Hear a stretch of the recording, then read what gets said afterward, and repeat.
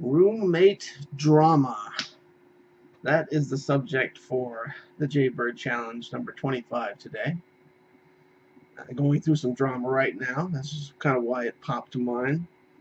And I know this is I don't know if this is going to be tough for you, Megan, to respond to, because I'm actually talking about roommates in a non-relationship kind of way. And I know you've had an ex-husband and a couple of boyfriends you've lived with and such, but it is kind of different.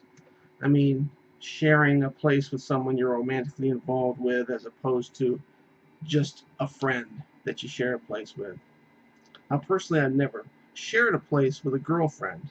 I had girlfriends, but never lived with them, and had roommates. So it's a little different from what you've been through. So I guess when you make your response, you can just talk about one of them, or maybe you could just talk about people that you've lived with, period. Because we've all had family members we've had to live with and other people. But my first roommate, which I had right after my dad passed away, and I had him for like 11 years. A long time I spent with this person. He was a friend I met at work, and we had a lot of things in common. We both liked the same football team and stuff like that, so we got along real well. And he moved in with me, and at first we decided we'd just be buddies. We'd hang out together, we'd watch football together, and we'd play games together, and we used to go out and play tennis and stuff too.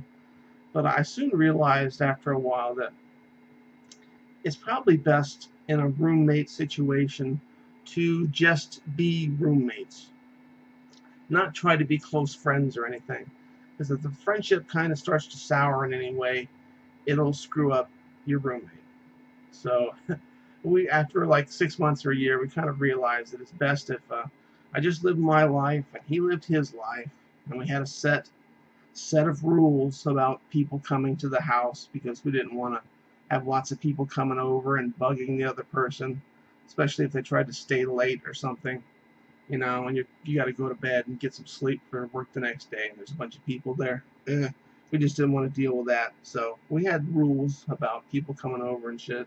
And the relationship, as a roommate relationship, it lasted like 11 years, like I said, and it was a pretty good one for a while. But then things started going south. I'd come home and find stuff in my room had been moved and messed with. And if there's anything that irritated me, it was somebody messing with my stuff. Because growing up, I had 3 older brothers and sisters who always messed around with my shit. It used to drive me crazy. So when things started getting moved, I confronted him about it. He denied it. No, I didn't touch your stuff. And it was pretty obvious he did. And then after years and years, it just got worse and worse. And then one day I had some money stashed away, and I went to get the money out, and some of it was missing. And I was like, There's only one other person in the apartment.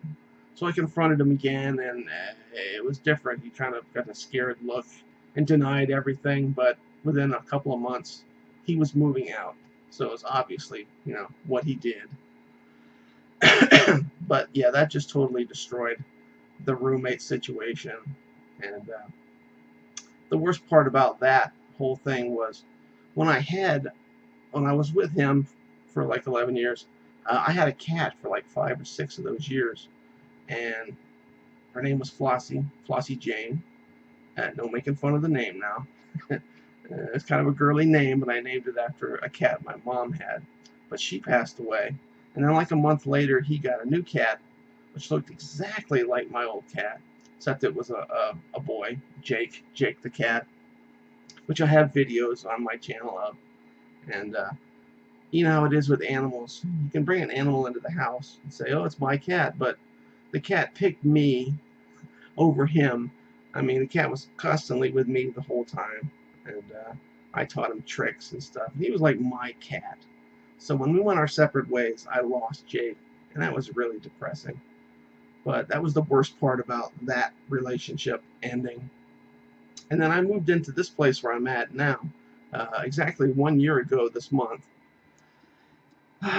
And my roommate was a union brother that I'd known for 15 years, so I figured, we know each other well, things will be fine.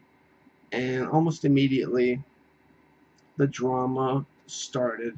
Uh, he kind of prefers the house warmer, and I like it cooler. I don't like hot weather. Even though I live in Florida, I prefer it nice and comfortable. So uh, he started bitching about me using so much, power for the air conditioner. So I agreed to give him like $50 more each month over what I already agreed to and everything. And that pacified him for a while. And then when it got summertime, he started turning the air conditioner up more because it was costing more, and I turned it down, and he started bitching more. So I gave him $100 a month more during the summertime when it was really hot. Again, that pacified him for a while. But now he's doing it all over again. And he's fucking driving me nuts, constantly turning the air conditioner up when I'm turning it down. It's like, it's just causing friction between the two of us. And I gave him the rent money this month, and I didn't put the extra 50 in for the power. And he like came and it's like, hey, where's the extra 50? And I'm like, just stop turning the fucking air conditioner up on me in the middle of the night. Do I have to keep waking up all hot and sweaty and miserable? He's like, and he bitched about it. And I gave him the extra 50, but it seems like it's just getting worse and worse. So I'm not sure how much longer I'm going to be in my current location. Probably through the end of June, but I think I'm just going to start looking for a new place to live. I'm tired of the drama.